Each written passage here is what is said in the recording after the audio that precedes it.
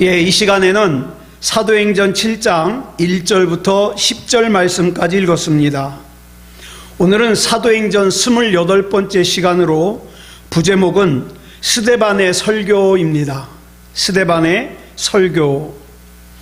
우리는 사도행전 6장에서 유대인들이 스데반 집사님을 모함한 사건을 우리가 살펴보았습니다.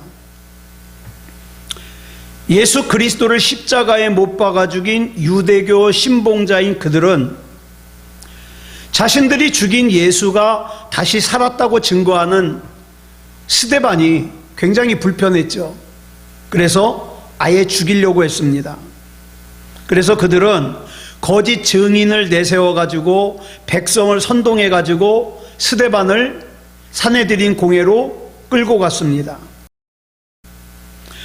거짓 증인들은 나와서 말하기를 예수님이 성전을 헐 거라고 말했고, 그 다음에 스데반이 그 예수님의 말에 동조하는 말을 들었다는 거예요. 자기가 그렇게 거짓 증언을 했습니다.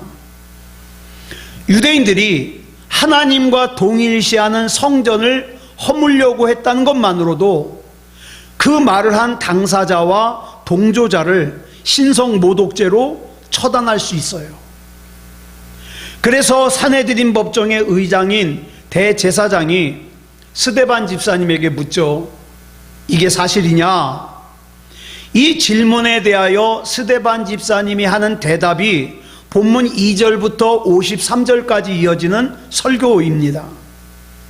스데반은 이 설교를 통해서 유대인의 믿음의 조상인 아브라함으로부터 시작해서 솔로몬에 이르기까지 약 1000년에 걸쳐서 하나님께서 베풀어 주신 구원의 역사를 간략하면서도 명쾌하게 설명했습니다.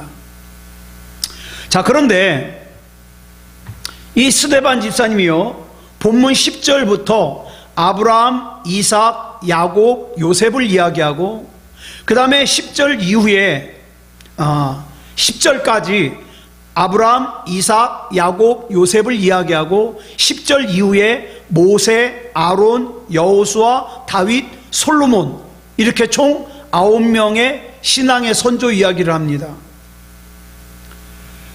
예루살렘 성전을 헐고 모세가 전해준 규례를 고치겠다고 말한 게 사실이냐? 이렇게 묻는 대제사장의 질문에 왜 스데반이 이처럼 장황하게 9명이나 되는 신앙의 선조들에 대해서 언급했을까요? 자, 지금 스데반이 언급한 이 9명 가운데 가장 마지막으로 언급한 사람이 누굽니까? 솔로몬입니다. 그런데 예루살렘 성전이 언제 건축되었죠? 솔로몬 때 건축되었습니다. 그렇다면 솔로몬 앞에 살았던 8명은 예루살렘의 성전을 본 적도 없었습니다. 그들이 세상을 떠난 뒤에 예루살렘 성전이 건축되었기 때문이죠. 자, 스데반의 설교의 핵심이 바로 여기 있습니다. 하나님께서는 인간이 하나님을 위해서 성전을 건축하기 이전부터 이미 구원의 역사를 베푸신 분이라는 거예요. 하나님께서는 성전을 건축하기 이전에 아브라함을 하란에서 구원해 내셨습니다. 성전을 건축하기 이전에 형제들의 시기심으로 애굽의 종으로 팔려갔던 요셉을 애굽의 총리로 세우셨습니다. 성전을 건축하기 이전에 80 노인의 나이에 양치기에 불과하던 모세를 미디안 광야에서 출애굽의 대지도자로 불러내셨습니다. 성전을 건축하기 이전에 400년 동안 애굽에서 종살이하던 이스라엘 백성을 애굽에서 해방시키시고 40년간 시내 광야에서 그들과 함께 계셨습니다. 성전을 건축하기 이전에 요단강을 건너 약속의 땅인 가나안으로 입성하는 여호수아와 동행해 주셨습니다. 성전을 건축하기 이전에 베들레헴의 초라한 목동이었던 다윗을 왕으로 세우셨습니다. 그러니까 지금 얘기하는 이 모든 얘기는 예루살렘 성전이 건축되기 이전의 일이죠.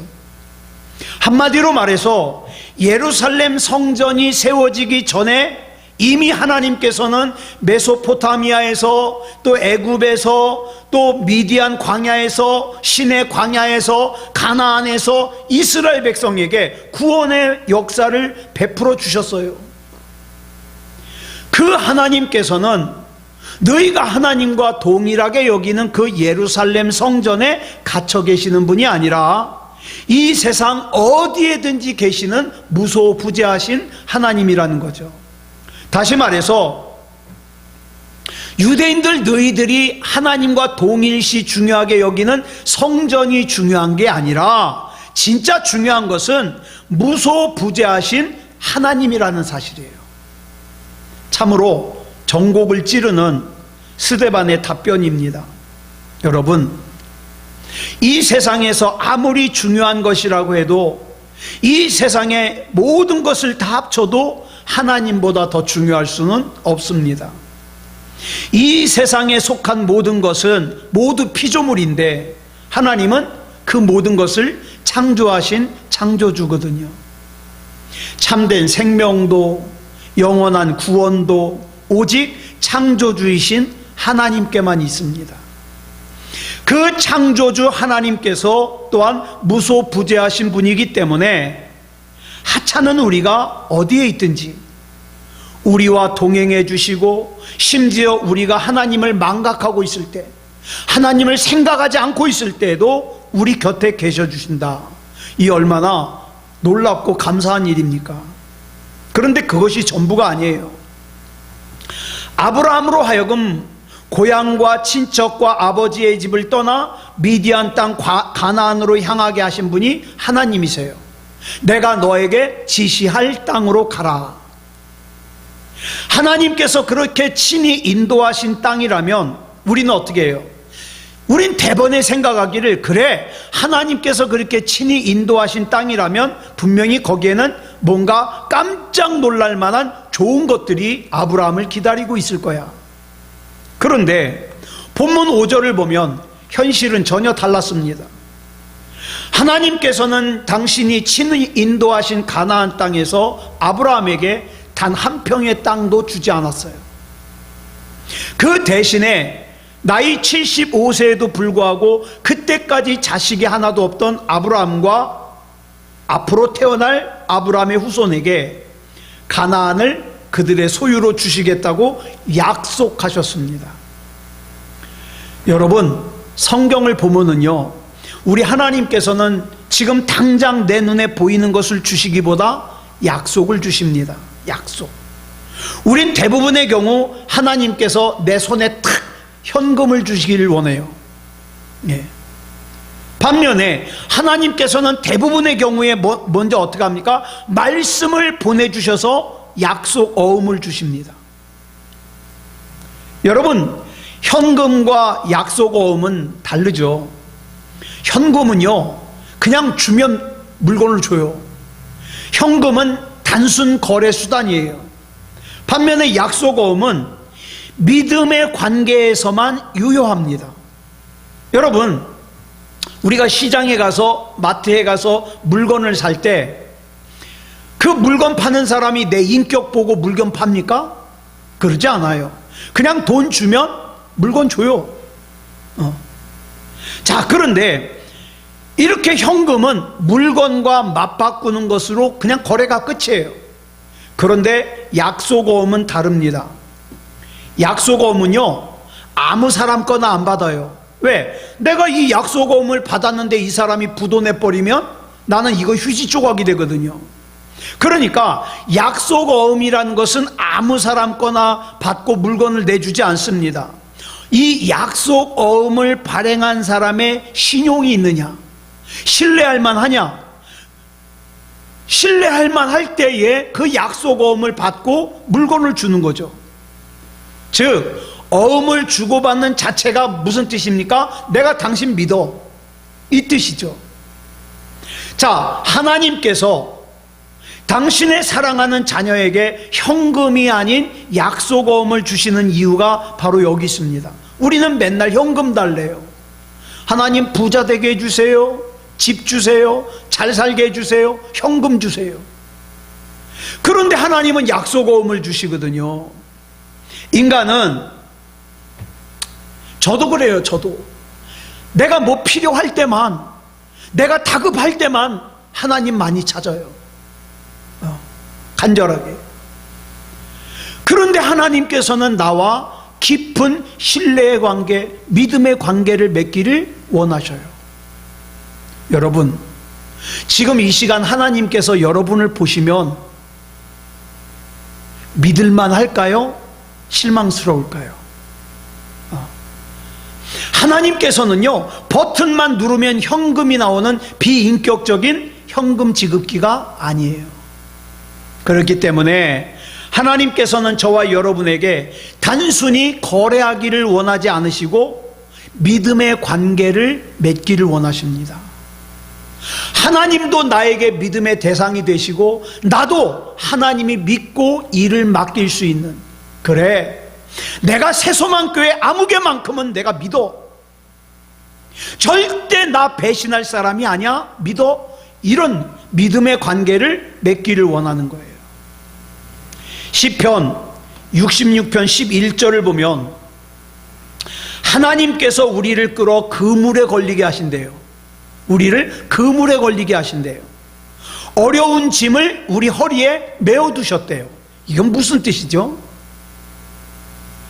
여러분, 그물에 걸린 물고기들 가운데 살아남는 물고기들이 있어요. 어떤 물고기입니까? 그 그물의 코보다 작은 물고기는 살아요. 빠져나가니까. 그래서 하나님께서는 때로 우리를 시련의 그물 속으로 몰아넣으세요. 왜요? 헛된 욕망을 스스로 잘라내서 내 자신을 감량하라는 거죠. 그 그물을 빠져나갈 수 있을 정도로. 또 인생의 어려운 짐을 허리에 맨 사람은 나쁜 짓을 생각할 겨를이 없어요. 제가 한동안 굉장히 힘들었지 않습니까? 굉장히 힘드니까 나쁜 생각을 할 겨를이 없어요. 왜? 매 시간이 하나님이 아니면 안 되거든요. 하나님이 지켜주세요. 하나님이 붙잡아 주세요. 그러니까 다른 생각할 겨를이 없는 거예요. 여러분, 막노동으로 하루 벌어서 하루 먹고 사는 사람이 바람을 피웠다는 얘기 들어보셨어요? 예. 시장 바닥에서 콩나물 파는 아줌마가 불륜을 저질렀다 들어보셨습니까? 대개는 어떤 사람이 죄를 져요? 시간이 많고 또 경제적으로 여유가 있으니까 딴 생각을 하는 거예요. 딴 생각. 그래서 하나님께서는 우리 허리에 무거운 짐을 매달아 두시는데 그 내 허리에 매달린 짐은 내가 미워서가 아니라 딴 생각하지 못하게 하려고, 하나님이 아니면 안 되는 그런 인생을 살게 하려고. 네. 하나님께서도 이 고난의 물과 불을 통해서 어떻습니까? 우리를 하나님의 참 신실한 도구로 만들어 가시는 거예요. 이 모든 과정이 지난 뒤에 하나님께서 자신을 이끌어내어 풍부한 곳으로 인도하셨다고 시편에 기록하고 있습니다. 마침내 하나님의 약속어음이 결제가 된 거예요. 여러분, 하나님이 우리에게 주시는 약속은 부도 안 냅니다. 내가 하나님을 배신하지 않는 한, 내가 하나님께 등을 돌려대지 않는 한 하나님은 절대 부도 내지 않으세요. 하나님께서 현금을 주지 않고, 현금 주실 수 있는 능력이 있어요. 그럼에도 불구하고 현금을 주시지 않고 약속어음을 주시는 것은 하나님께서 작정하신 때에 저와 여러분이 하나님의 그 약속된 것을 받기에 합당한 믿음의 그릇이 되도록 만드시기 위해서예요. 여러분 한번 보세요. 저와 여러분이 원하는 거 다 이루어져 가지고 걱정과 근심이 없다. 그러면 저와 여러분 가운데 신앙생활 제대로 할 수 있는 사람이 얼마나 될까요? 그러나 이따금씩 기도의 제목을 주시니까, 내 옆에 매달린 짐이 너무 무거우니까 나는 하나님이 아니면 안 됩니다. 하나님 앞에 간절하게 매달리는 거 아니에요? 자, 사내들인 법정에 끌려간 스데반은 저마다 심각한 문제를 지니고 있는, 여러분 보세요. 성경에 나오는 인물들은, 믿음의 인물들은 다 심각한 문제가 있었어요. 아브라함, 이삭, 야곱, 요셉, 다 심각한 문제가 있었어요. 그들과 함께 하신 하나님의 은혜 속에서 영광스러운 믿음의 조상이 될 수 있었습니다. 스데반이 지금 사내들인 법정에서 이런 얘기를 하는 이유는, 지금 자기를 거짓으로 모함하고 재판하고 있는 사람들이 스데반이 보기에 진짜 하나님을 믿는 사람들이 아니라는 거예요. 저는 지금까지 신앙생활하면서 교회는 다니지만 진짜 하나님 못 믿는 사람 많이 봤어요. 많이 봤어요. 이런 사람들은 어떻습니까? 내가 더 중요해요. 하나님의 뜻보다 내 자존심이 더 중요해요. 하나님의 생각보다 내 생각이 더 중요해요. 그래서 어느 한순간에 하나님의 뜻, 하나님의 의를 버리고 자기 걸 취하는 거예요. 네. 지금 거짓 증인까지 내세워서 스데반을 제거하려고 하는 사람들, 그리고 스데반을 재판하기 위해서 소집된 사내들인 의원들, 그들 모두 소위 하나님을 믿는다고 하는 유대인들이에요. 자기 하나님 잘 믿는데요. 전에 말씀드린 바와 같이 바리새인 같은 경우에는 어떻습니까? 아주 기가 막히게 하나님의 법을 지켜요. 율례를 지켜요. 깨를 갖다가 그 깨같이 작은 것까지, 성경에 보면 근체라고 나오는데 깨같이 작은 것까지 10개를 세가지고 11조를 띌 정도로 아주 열심히 해요. 그러나 그들은 사실 자기들의 능력이나 소유 혹은 권세로 뭐든지 할 수 있다고 생각해요. 그래서 자기네들의 그 기득권에 도전하는 것을 싫어합니다.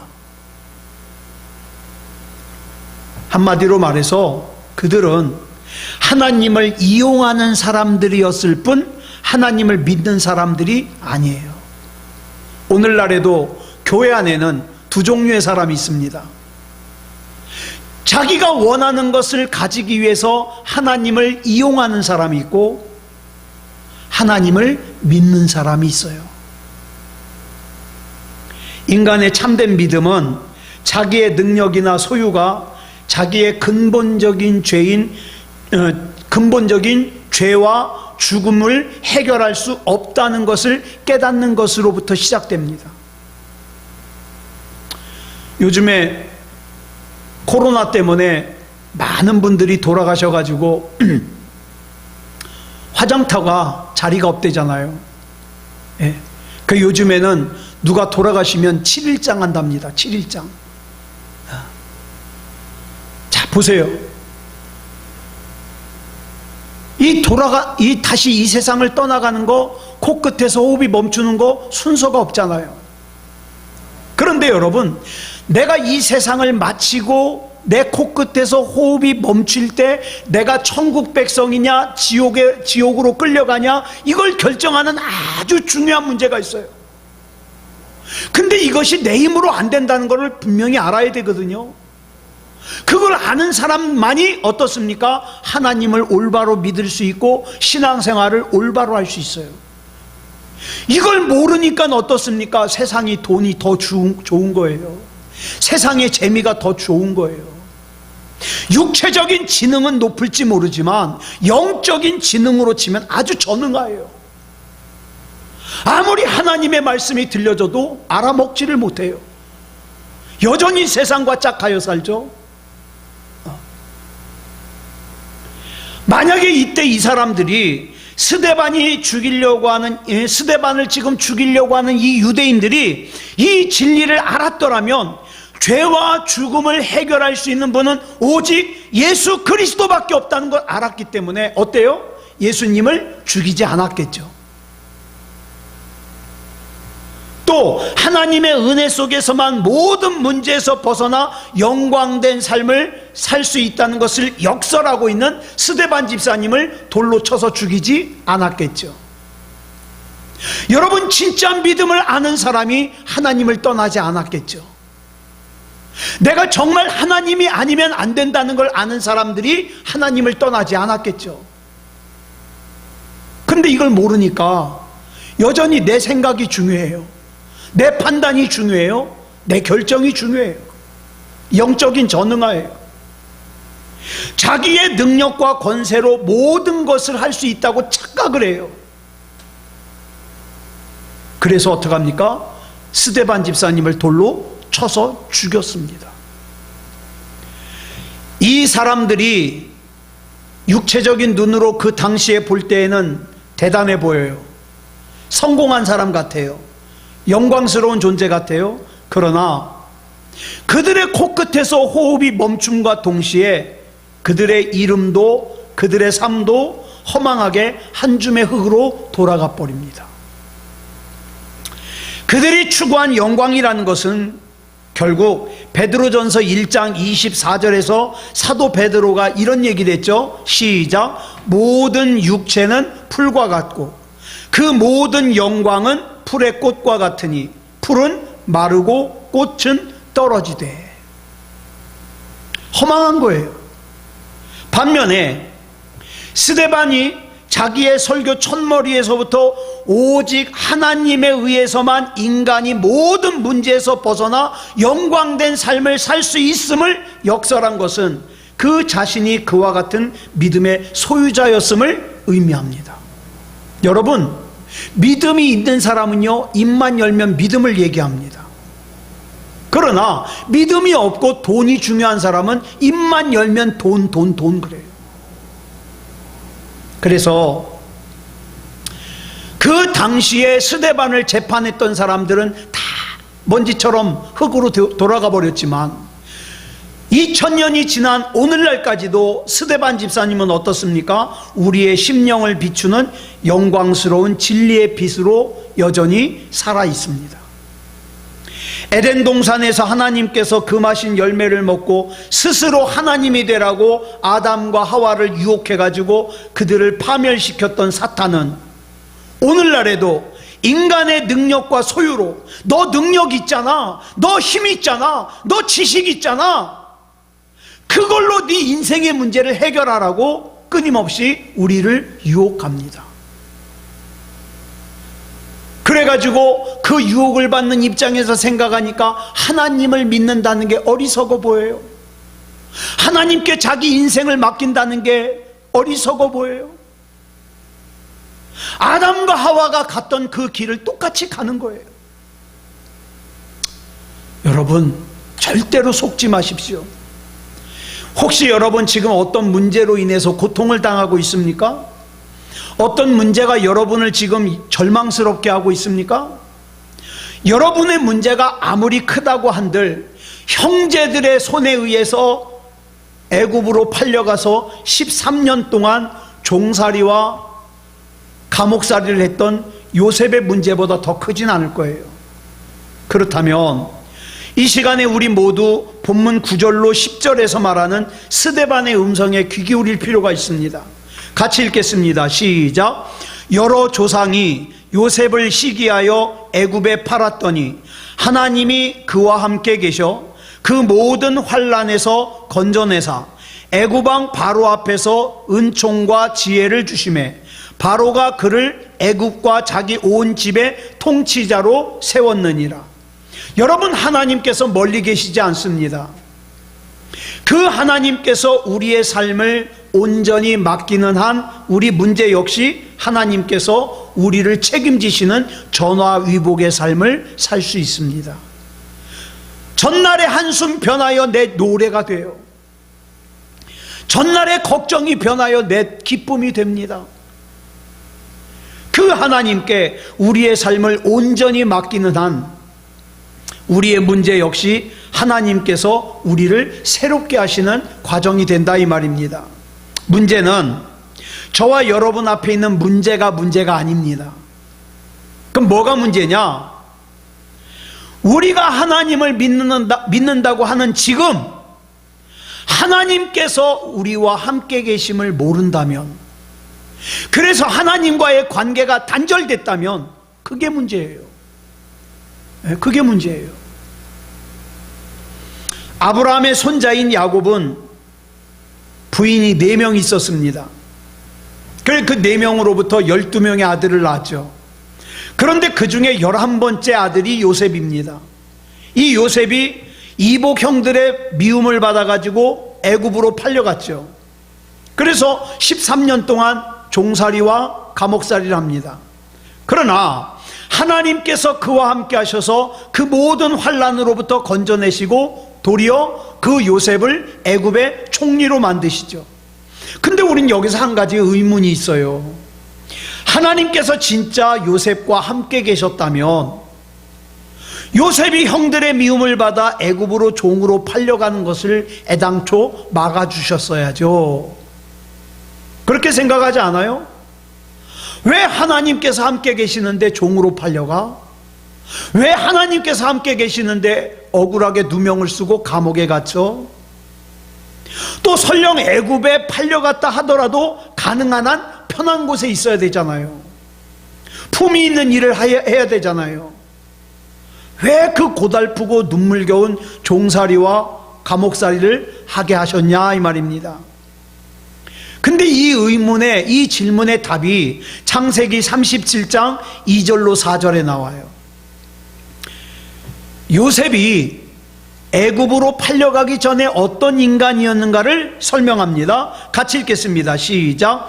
요셉이 17세의 소년으로서 그의 형들과 함께 양을 칠 때에 그의 아버지의 아내들 비라와 실바의 아들들과 더불어 함께 있었더니 그가 그들의 잘못을 아버지에게 말하더라.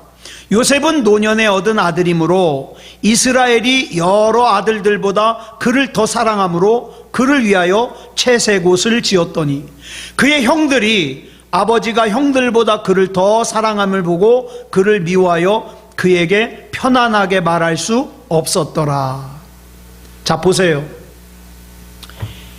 17세의 나이라면 철이 들 만큼 들은 나이 아니에요? 고등학교 1학년, 2학년 되는데. 그런데 요셉은 그 나이가 되기까지 아버지의 편애를 입어서 아버지를 대신해서 힘들게 일하는 이복 형들을 도와주기는커녕 형들이 조금만 잘못을 해도 아버지에게 고자질했어요. 그게 경솔한 철부지죠. 문제는 자기가 그렇게 잘못을 하면서도 잘못했다는 걸 몰라요. 게다가 아버지가 자기에게만 지어 입힌 좋은 옷을 당연한 듯이 걸치고 다니면서 형들 앞에서 거드름을 피울 정도로 이기적인 인간이었어요. 여기서도 문제는 자기가 문제가 있다는 걸 몰라요. 자, 형들에 의해서 애굽으로 종으로 팔려갈 때도 들에서 형들이 힘들게 일하고 있는데 형들이 땡땡이 치지는 않는가 감시하러 왔잖아요. 그랬다가 잡혀간 거예요. 한마디로 말해서 여러분, 요셉은요 형들 입장에서 보면 미워할 수밖에 없는 인간이에요. 만약 이 상태에서 요셉을 그냥 놔뒀다면, 요셉이 일평생 그런 식으로 계속 산다면 의식적으로든 무의식적으로든 수많은 사람들에게 상처를 주고 피해를 주는 그런 인간이에요. 더 무서운 것은 자기가 문제가 있다는 걸 몰라요. 이게 문제예요. 이것이 요셉이 형들에 의해서 애굽으로 팔려가는 것을 하나님께서 허락하신 이유예요. 이역 만리 타향에서 혈혈 단신으로 종살이하고 감옥살이를 하게 함으로써 이기적이고도 자기 중심적인 요셉을 어떤 사람으로 바꿔요? 타인을 배려할 줄 아는, 감옥에 갇혀서도 떡 만드는 관원장과 술 만드는 관원장 얼굴을 먼저, 자기도 감옥에 갇혀 있으면서 안색을 살필 정도로 다른 사람을 배려할 줄 아는 인간으로 바뀌잖아요. 여러분, 요셉이 애굽에서 종살이를 했던 곳은 애굽의 왕 바로의 경호대장을 맡고 있는 보디발 장군의 관저예요. 여기는 단순한 집이 아니라 이 관저 감옥에는 국사범, 정치범들, 이런 사람들이 갇혀 있어요. 여기는 한번 들어가면 못 나와요. 죽어야만 나와요. 거기서 종살이를 시작한 요셉은 보디발 장군의 신임을 얻어서 그곳의 살림 일체를 책임지게 되었습니다. 즉 자신도 모르는 사이에 그 보디발 장군의 집에서 고도의 재무 훈련을 받는 거예요. 그 보디발의 많은 재산을 갖다가 정리하고 관리하는 거죠. 그 이후 요셉은 정욕에 눈이 먼 보디발 장군의 아내의 농간으로 누명을 쓰고 감옥에 갇혀요. 이 요셉이 갇힌 감옥은 보디발 장군의 그 관저에 딸린 감옥이에요. 아까 말씀드린 대로 이 감옥은 한번 들어가면 못 나와요. 그런데 거기서도 신임을 얻은 요셉은 그곳에 수감된 정치범들을 관리하는 일을 도맡죠. 이번에는 전혀 뜻하지 않은 가운데 아주 자연스럽게 뭘 배웁니까? 인사관리 훈련을 배워요. 정치 수업을 배워요. 거기서 감옥에 갇혀 있는 사람들에게 애굽의 왕실이 어떻게 되어 있는지, 구조가 어떤지, 문제가 뭔지, 어려움이 뭔지 다 듣게 되죠. 이처럼 요셉이 당시 세계 최고의 제국이었던 애굽에서 종살이와 감옥살이를 통해서 뭘 합니까? 재무훈련을 배우고 인사관리훈련을 배우고 정치 수업을 배워요. 만약에 이 요셉이 애굽으로 종으로 끌려오지 않고 그냥 아버지와 함께 집에서 그대로 살았더라면 결코 배울 수 없는 그런 교육이죠. 이처럼 하나님께서는 하나님의 방식대로 요셉을 훈련시킴으로써 자신만 알던 이기적이고 아주 경솔한 그 요셉이 애굽의 총리감이 될 수 있도록 고치시고 바로 세워주신 거예요. 저는 지난 한 해 많이 힘든 가운데서 제 기도는 오직 하나였어요. 하나님, 여기서 하나님께서 붙잡아 주시지 않으면 저는 정말 못 견딥니다. 못 견딥니다. 일어설 수가 없습니다. 하나님 책임져 주시옵소서. 이 기도만 했거든요. 네. 여러분, 어떤 사람들은 그렇게 생각해요. 요셉이 애굽의 총리가 된 것은 꿈 해몽을 잘했기 때문이다. 아니요, 꿈 해몽을 잘했기 때문이 아니에요. 당시 애굽에서 총리가 될 수 있는 자격과 자질을 갖춘 사람은 하나님의 훈련을 거친 요셉밖에 없었기 때문이에요. 그 하나님께서 지금 저와 여러분을 지켜보십니다. 너 이것까지 견딜 수 있니? 너 이것까지 이길 수 있을까? 너 이런 상황 속에서도 믿음다운 믿음일 수 있니? 내가 너한테 이걸 맡길 수 있을까? 훈련시키고 바꾸시죠. 우리는 그 하나님 앞에서 뭐라고 얘기를 합니까? 주님의 뜻을 이루소서. 고요한 중에 기다리니 진흙과 같은 날 빚으사 하나님의 형상을 만드시옵소서. 사랑하는 여러분, 지금 갈수록 믿음다운 믿음이 찾아보기 힘들다고 합니다. 특히 지금 몇 년 동안 코로나 때문에 영향을 받아가지고 신앙에 관하여, 믿음에 관하여 파선한 사람들이 많이 있다 그러죠. 사랑하는 여러분, 그걸 당연하게 여기지 말고 주님, 이러한 때에 하나님의 일을 위해서, 하나님의 뜻을 위해서 나를 사용해 주시옵소서. 이렇게 하나님 앞에 나올 수 있는 요셉 같은 사람이 필요합니다. 아무쪼록 우리 하나님 앞에 귀하게 쓰임받는 그런 저와 여러분이 되기를 그리스도 예수님의 이름으로 축복합니다. 기도하겠습니다. 사랑의 아버지 하나님, 감사합니다. 하나님의 은혜 가운데 스데반 집사님의 설교를 살폈습니다. 당시 유대인들은 성전을 하나님과 동일하게 생각하며 성전을 중요하게 여겼습니다. 그러나 스데반 집사님은 중요한 것은 성전이 아니라 하나님이라고 얘기를 하면서 하나님과의 관계를 확인하라고 설교했습니다. 하나님, 나 역시도 신앙생활의 형식과 신앙생활의 모습으로 내 신앙이라고 말하지 말고, 나는 지금 하나님과 어떤 관계에 있는가? 나에게 있어서 가장 중요한 것은 무엇인가? 점검하고 돌아볼 수 있게 해 주시옵소서. 하나님 앞에서 언제든지 믿음다운 믿음으로 인정받을 수 있는 우리가 되게 해 주시옵소서. 이 밤에 기도할 때에 우리 하나님께서 붙잡아 주시고 역사해 주실 줄 믿사오며 그리스도 예수님의 이름으로 간절히 기도드려 싸움나이다. 아멘.